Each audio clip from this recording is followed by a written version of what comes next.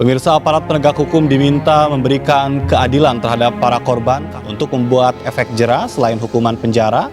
Sesuai dengan Undang-Undang Perlindungan Anak, hakim diharapkan dapat menjatuhkan hukuman tambahan kebiri terhadap terdakwa Heri Wirapi, korban mengalami kekerasan seksual hingga melahirkan anak. Saat tidak hanya terjadi di Bandung, Jawa Barat, ternyata kasus kekerasan seksual guru terhadap siswa juga terjadi di Cilacap, Jawa Tengah. Ada 15 siswi sekolah dasar diduga mengalami kekerasan seksual. Saat terungkapnya sejumlah kasus kekerasan seksual yang dilakukan oleh guru terhadap siswanya, bisa jadi ini merupakan fenomena gunung es, di mana sebenarnya kasus serupa banyak terjadi namun tidak muncul dengan berbagai alasan, termasuk keberanian korban berbicara tentang apa yang dialaminya.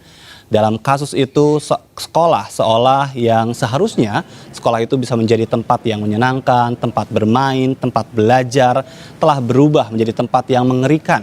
Karena guru yang seharusnya mampu menjadi sosok teladan, insan yang mencerdaskan anak bangsa justru melakukan perbuatan sebaliknya. Guru berbuat amoral dan merusak masa depan muridnya sendiri. Tidak ada satu hal apapun dapat dianggap sebagai pendidikan, pemirsa, tanpa nilai moral. Apapun yang dilakukan sekolah melalui gurunya tentu harus menyisipkan makna nilai di dalamnya. Termasuk juga bagaimana guru memperlakukan muridnya dan guru bersikap terhadap muridnya. Kasus ruda paksa santriwati di Madani Boarding School, Bandung, Jawa Barat adalah bukti mudahnya orang mengaku sebagai guru namun tidak layak diberikan kuasa untuk menjadi pendidik. Begitu pula dengan guru agama di Cilacap, Jawa Tengah yang melakukan kekerasan seksual belasan siswanya di dalam kelas dengan iming-iming nilai bagus.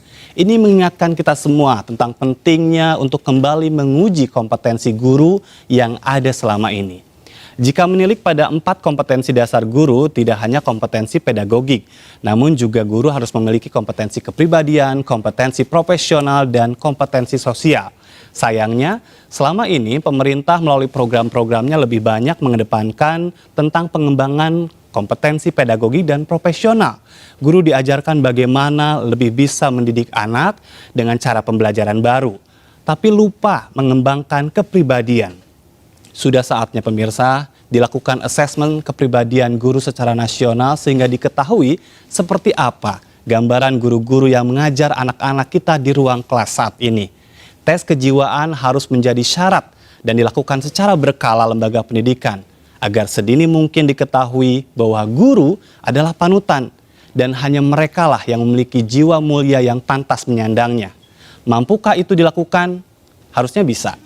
Sementara itu, kasus kekerasan seksual di lingkungan pesantren dan sekolah juga menjadi momentum bagi Kementerian Agama, Kementerian Pendidikan, Kebudayaan, dan Ristek untuk meningkatkan pengawasan. Terlebih, model pendidikan agama berbasis asrama selama ini terkesan tertutup, tentu dengan berbagai alasan. Alasannya bisa jadi melatih kemandirian siswa, anak didik minim komunikasi dengan pihak luar, dan pengawasan masyarakat pun lemah dalam hal ini. Maka pemerintahlah yang harus memperkuat itu, tidak hanya bisa mengeluarkan izin untuk operasional sekolah, namun harus tahu siapa dan seperti apa sebetulnya proses pendidikan dijalankan. Lembaga pendidikan juga wajib memiliki sistem pelaporan terpadu yang memungkinkan semua warga sekolah bisa melaporkan secara leluasa jika ada kekerasan yang terjadi di dalamnya. Lebih penting dari itu, sistem pencegahan kekerasan dalam bentuk apapun harus menjadi syarat bagi semua lembaga pendidikan dalam menjalankan layanannya.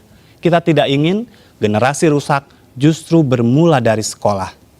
Di pihak lain, pemirsa, saatnya masyarakat, dalam hal ini orang tua, juga untuk lebih peduli terhadap proses pendidikan anak-anaknya.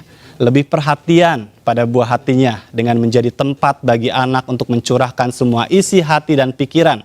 Sehingga tidak ada kejadian-kejadian yang baru diketahui di belakangan hari.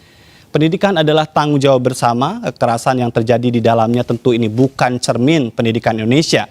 Namun itu adalah pelecut bagi semua stakeholder untuk belajar dari kasus yang terjadi agar tidak terulang di kemudian hari. Stop kekerasan seksual di sekolah. Kami akan segera kembali, tetaplah di MNC News.